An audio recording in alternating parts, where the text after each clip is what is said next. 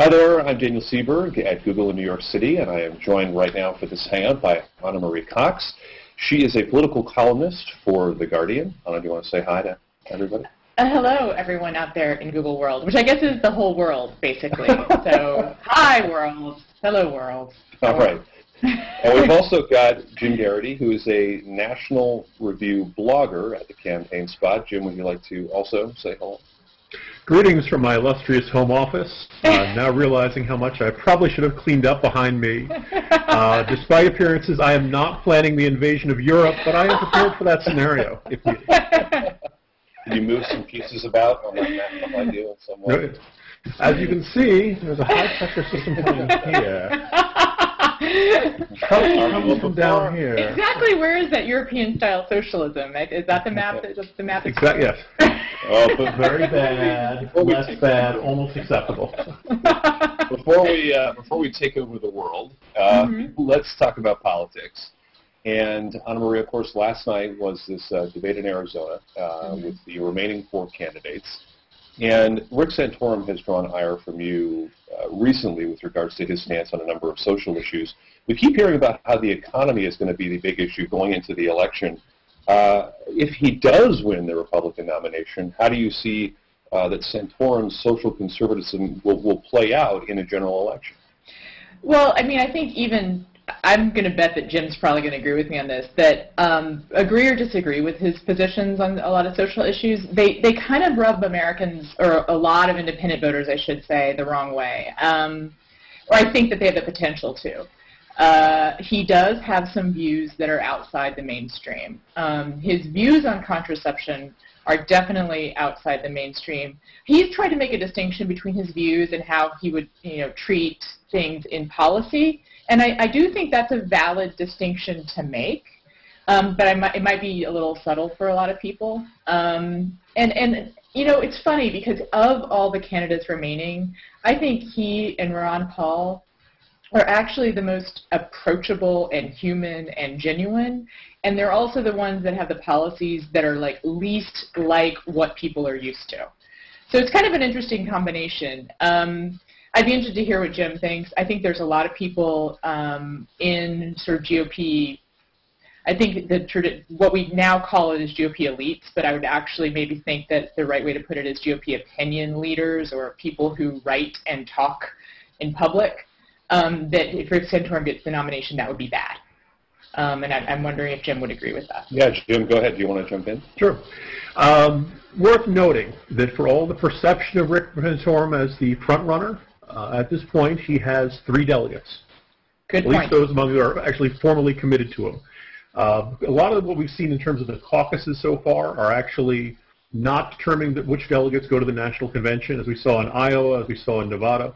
They have these caucuses, and then they have county caucuses, and then they go up to regional caucuses, and they go up to state caucuses. Just picture your March Madness Sweet 16 bracket and how it gets narrower and narrower. And even then, I'll jump in and say, even then, they're not necessarily committed delegates in a lot of places. Even then, they could possibly switch to someone else if they wanted to or if their candidate backs out. It depends state by state. Some of them are committed to the first ballot. They have the convention. Now, it's been about 30 years since anybody even had to worry about any of this stuff. But it's worth noting that in terms of actual delegates, Rick Santorum is not nowhere near the front runner you would think that the media coverage suggests. A couple weeks ago when we had the Nevada, Colorado, and Minnesota decision, no actual delegates were allotted that night. Now, it was the opening step in this multi-step process, so Santorum sort of deserves his title as the quasi-frontrunner. But at this point, look, Michigan looks very, very tight between Rick Santorum and Mitt Romney. The polls pretty much have Romney ahead in Arizona, and Arizona is a winner-take-all state. So my guess is that Mitt Romney is actually going to come out of Tuesday looking pretty good, and I'd be very surprised if he didn't have a good Super Tuesday the week after that as well. So some of this with Rick Santorum, this discussion, is overstating his role as the likely nominee. Now, having said that, whether any particular social issue is going to be alienating to independents or something, look, I can't help but notice that gas is $4 a gallon in a whole bunch of places. That strikes me as a pretty obvious area to go after this president. And somebody had observed last night that he only used the word, that Rick Santorum didn't use the word jobs in any of his comments. Now, on the one hand, you're somewhat constrained by what the moderators ask you about. And there weren't a lot of questions about jobs. There was a point during the earmark discussion where I actually found myself thinking, God, I wish somebody would bring up contraception. Or who would make the best first lady, or this or that, Coke or Pepsi, or any of these wonderful, brilliant, insightful questions we've had so far in these 20 debates so far. And thankfully they got to somewhat more relevant topics. I wouldn't even argue that earmarks is an irrelevant topic. Although we happened to see John McCain make a very big deal about them in 2008, and lo and behold, people tend to not care about that when the entire economy is collapsing around them. So as much as it drives me bonkers to see money going to ridiculous projects and stuff like that, strangely enough, you need a certain perspective of what's on people's minds. We have seen a slight downward grade in the unemployment rate in the last couple of months, but still quite a few folks have left the workforce in the past couple of years to kind of, or put a certain perspective on that slight improvement we've seen in recent months. I was just going to say, I did like the question last night about distilling themselves down to one word. Mm. Yeah, you can ask us that at the end of this conversation. I am going to ask you to describe yourself in one word. What are the words they should have said, such as severe? Cranky. All right. Now, Jim, you talked a little bit about President Obama, and you recently noted that both Santorum and Romney, Obama leads both Santorum and Romney when we're talking about registered voters nationally. Do you think that would change if we were talking about likely voters? Traditionally, Republicans do about 1 or 2 points better amongst likely voters. There are certain voters out there who are registered to vote who are generally lean Democrat and who then tend to not show up on every day. You have heard Republicans, when they see rain, say, this is our weather. So there's a certain number of Democrat voters out there who are perhaps a little less reliable to get out to the polls on Election Day. We shouldn't overstate this. There's a part of me that wouldn't be stunned to see likely voter polls coming out and showing a less than 1 percentage point difference in compared to the registered voter numbers. But it does seem that whatever the conventional wisdom is, like they say about the weather in Chicago, wait 15 minutes and it'll change, and you'll like it better, because the perception was that Obama was in deep, deep trouble towards the end of last year, or maybe towards the fall. Things started getting a little better for him, and then now we've seen this kind of tidal wave change in conventional wisdom, saying that Obama's got the wind at his back, and pardon all the weather and nautical metaphors you're seeing here, that he's on easy street. Well, now lo and behold, Gallup comes out with a poll result that challenges all of that, and the whole idea of Anna Marie laid out the issues that may not necessarily play well with the soccer moms or your average voter who's worried about their jobs, worried about their pensions, worried about their value of their house, and so on. But nonetheless, that allegedly unelectable Rick Santorum is down by 1 percentage point amongst registered voters. And Mitt Romney, the stiff, boring guy who can't connect with everybody, he's up by 4.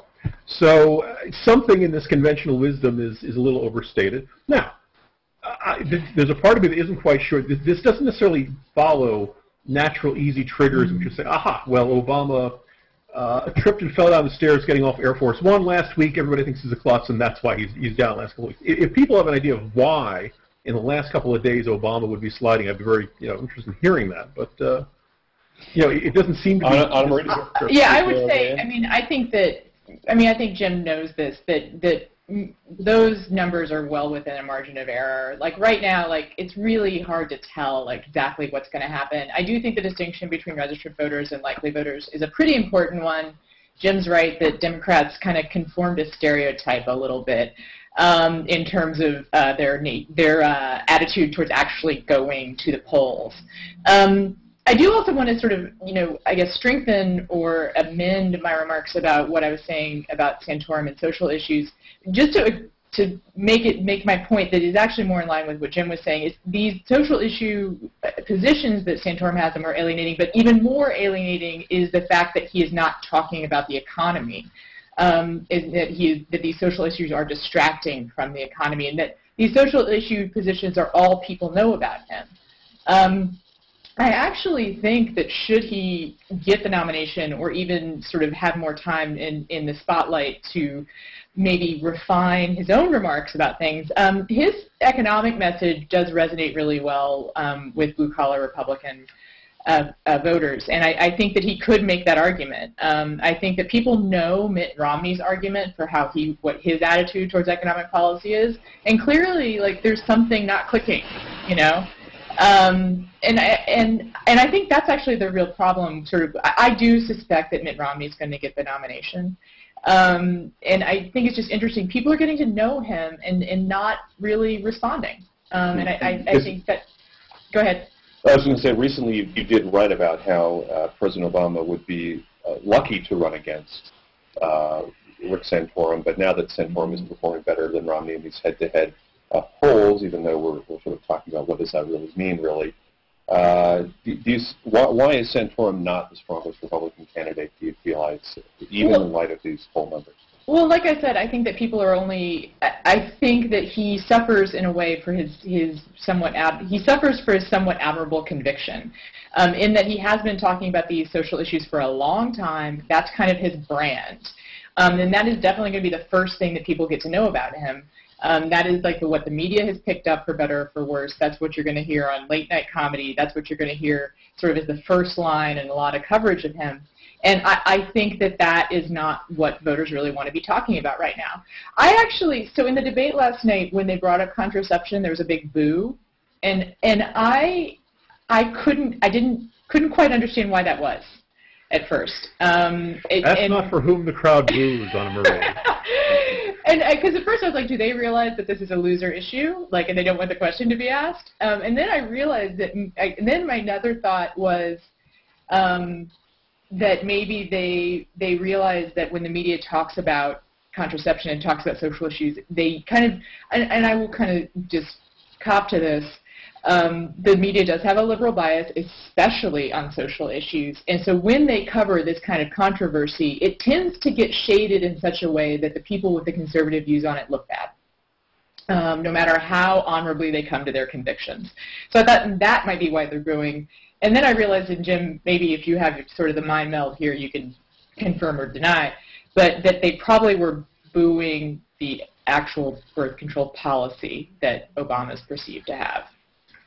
What was it, Jim?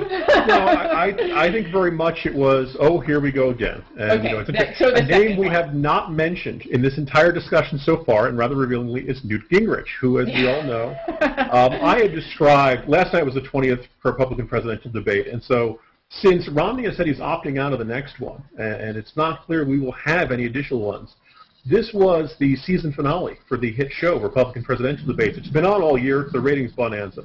And you would have a lot of twists and turns of the debate season. The opening episode in which Tim Pawlenty did not choose to go after Mitt Romney on Obamacare.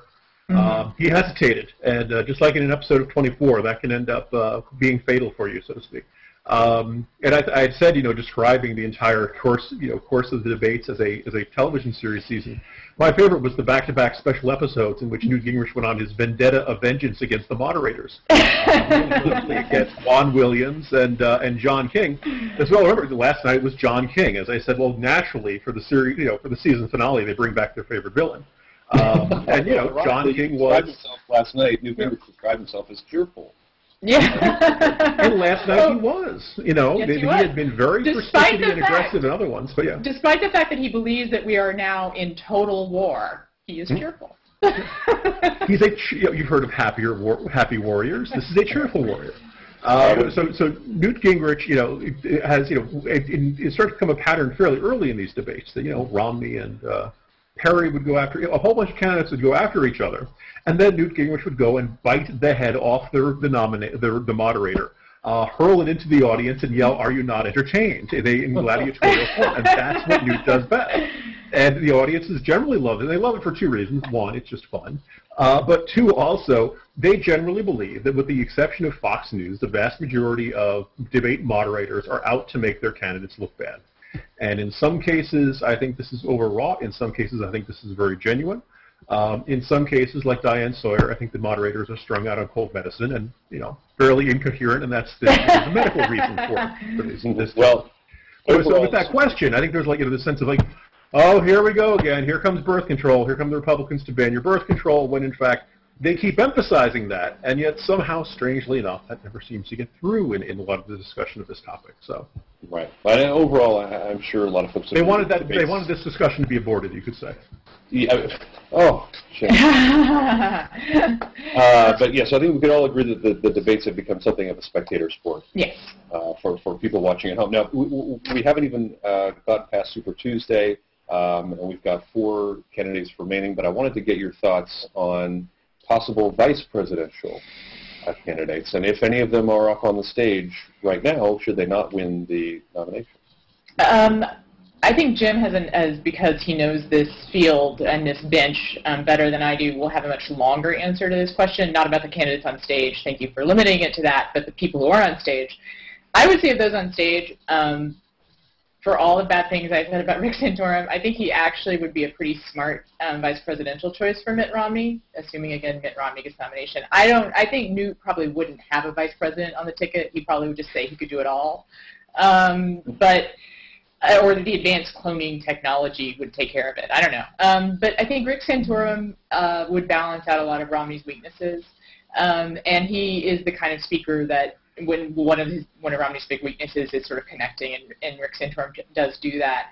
That said, I am not sure that would actually happen. I think the odds are pretty long. But, everyone talks about Marco Rubio as being sort of an obvious choice. I suspect that's going to be the one name you can maybe scratch off the list. And then actually the list gets really interesting. I know Jim has more to say about this than I do, but I suspect, as with, a lot of times, it's going to be someone that's not on people's radar. And it's going to be someone that can balance out the weaknesses that Mitt Romney has. So it's going to be someone who's not on people's radar, but who should be, I guess. Jim, I will be the moderator here. Take it away. The first thought, and worth noting, is that the only way we end up with a ticket that is made up of the 2 of the folks who were on the stage last night is if politics require them to. Yeah. If you end up with a situation in which, Mitt Romney wins 51% of the delegates, and Rick Santorum wins 49%, and there's these 2 established blocks, and the only way to make peace between them is to put them on the same ticket, that could happen. However, let's assume that Mitt Romney gets the nomination. Let's assume that he wins it, without desperately needing to unify the party, and he has some certain flexibility there. I don't think he will go with any of his current rivals. I think that. You have seen, look, Obama and Biden ran against each other. Kerry and Edwards ran against each other. It's not unthinkable to see, 2 guys running for the same office unify the party in one ticket. However, you always end up with that inevitable moment in which, wasn't it Biden had said that Obama was the first clean African American? Clean and articulate. They're awkward attacks from past times. So they resurface. Sure.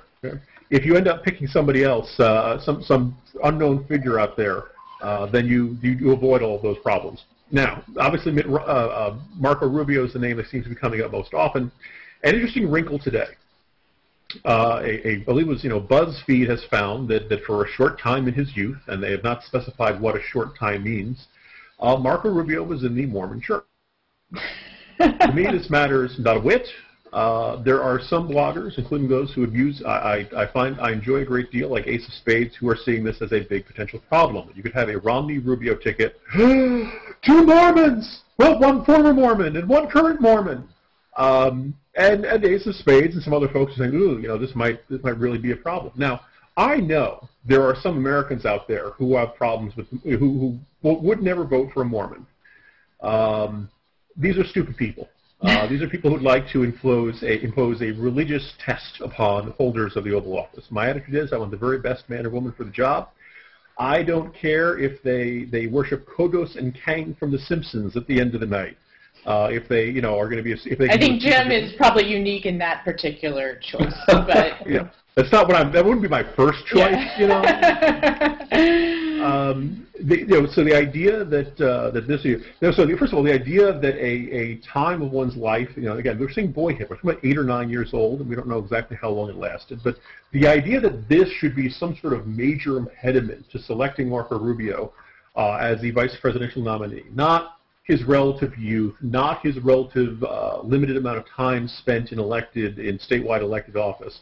The idea that this would be a reason to not pick him, I find nonsensical and asinine and kind of giving in to the perception of anti-Mormon bigotry. And let me observe, look, you can find Republicans and evangelical conservative Christians who will not vote for a Mormon. If you look at the polling number, you are more likely to find people who self-describe progressives who would refuse to vote for a Mormon. The issue of the Mormon Church, of people who are really opposed to Mormon, is not that they're too Christian, or it's not that they're not Christian enough, it's that they are too Christian in the eyes of folks who are very secular. So the idea that, first of all, I don't think it's not that they're too Christian, it's that that they have like a unified political viewpoint that is pretty, pretty goes against a lot. Anna Marie, conservative. Okay. I would say conservative. It's not Christian necessarily, it's conservative.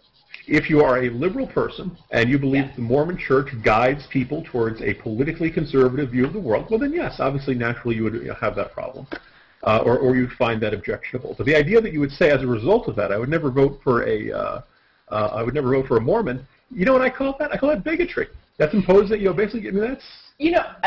I kind of just want to jump in a little bit. I agree with you when people say that they're not going to vote for someone because they're a Mormon. And I do think that's something you might see perhaps on the far left, and that's something that you definitely do see from evangelicals. I mean, there's just no arguing it. That is something that evangelicals... argue less of it on the right than you find on the left. But okay, I don't think that it's the theology of the Mormon Church that presents a problem, especially in the case of Rubio, and I feel like an idiot for forgetting about that in my answer about Rubio before, but it's that Mormonism is perceived as being weird, and I'm sorry to kind of like put it that way, but I think that tends to be what people think of as far as the Mormon Church goes. It's not that they object to their theology. They probably don't know a lot about it. Mm-hmm. But what they do know just rubs them the wrong way. Yeah. And I left out that if you read the actual teachings of the Mormon Church, which are weird, by the way.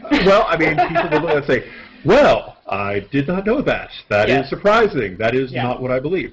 Right. But, I subscribe to a faith that believes that, on Sundays we eat the body and blood of Christ. I mean, that's kind of, and I would say those of you who have a religious belief that no one else in America finds weird, please step forward. And there are probably like 5 people out there who are actually stepping forward, utterly convinced that their religious beliefs are normal and everybody else is weird. But the answer is I agree. Religious faith brings people to people in very, odd. And I'm not saying that you are a subscriber to that theory. No, but I agree that religion requires people to kind of believe quote-unquote weird things. Like I'm not in the body and blood of Christ being the most obvious example. But, they say that old buildings and prostitutes and I guess religions get respectable with time.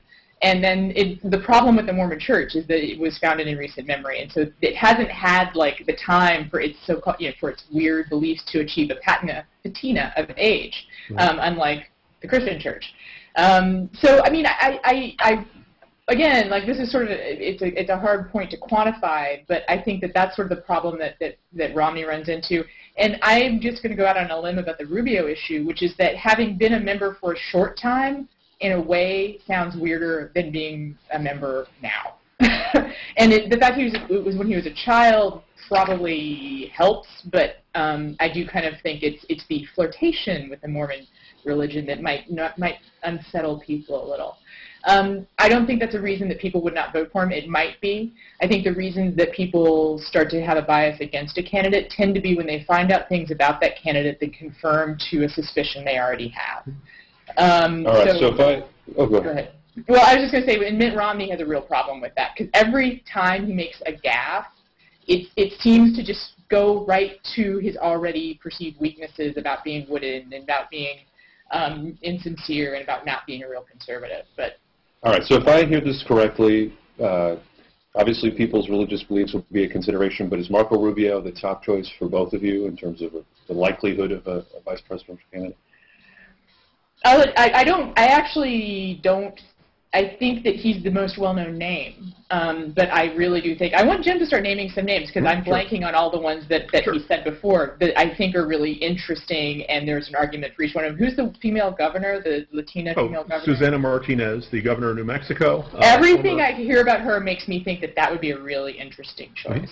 And Swing state, Hispanic woman governor, former tough-minded prosecutor, went after child molesters and corruption. I mean, that's, you know, that's a tailor-made biography. If you were writing a political novel, that's kind of who the stock character you'd be putting into that category. A name that I feel I should throw out there, and I've talked about this quite a few times, is Pennsylvania Senator Pat Toomey. The fact that I really like the guy is probably one of the reasons I keep mentioning the guy so often. Obviously, the usefulness of Chris Christie as a surrogate for Romney, and the fact that, you know, as I call him, the fat man who gives you the skinny. If Romney has a problem with a lack of charisma or a lack of joviality, Chris Christie has excess, and perhaps excess is one of the words that comes to mind with Chris Christie. That basically, it's entirely possible that the Romney campaign will like what he does as sort of being the wild and crazy side of the Republican ticket. You know, the more pugnacious and outspoken version if Romney is buttoned down and cerebral and pleasant and, you know, on the straight and narrow, white bread. I mean, there's all of those folks. I think any Republican elected statewide in a swing state is likely to get it. So Rob Portman, not the most daring or exciting guy, but certainly a guy who is a solid history in budgetary matters and you know, stuff like that. Keep an eye on Ron Johnson. Senator from Wisconsin. I think is probably an outside chance. Look, I think it's safe to say any Republican who has been elected statewide, who has a certain amount of Tea Party cred, who has no major scandals in their background, is going to get some fairly serious consideration. I think this is a year in which Republicans are kind of looking at this field and saying, oh my God, this guy's flawed, that guy's flawed. But boy, do we have a bench for the we have a ton of beat picks. We have tons of people. We have a million backup quarterbacks and no starter. So could we safely rule out Sarah McCain? Sarah McCain? Is that a safe assumption? Google News, breaking some news this evening. Okay. You know. Yeah, I think go ahead. Pretty safe to say. I mean, and also whatever. I have opinions about Sarah Palin that could probably take a while to unspool, but very few of them actually have to do with her future in politics. I don't think that that's something that she's even enthusiastic about. Sarah Palin is who I meant to say on the lawsuit, yeah. certainly. Yeah. Okay. All right. Been there, done that. Go. Why need a rerun? Yeah. All right. Before I let you both go, you each get a chance to describe yourselves in one word. Present. Awake. All right. Well, you were both fantastic. Thank you so much for hanging out with us, Anna Marie Cox and Jim Geraghty. A delightful discussion and some great insights. Thanks so much. Glad to be here. Thank you.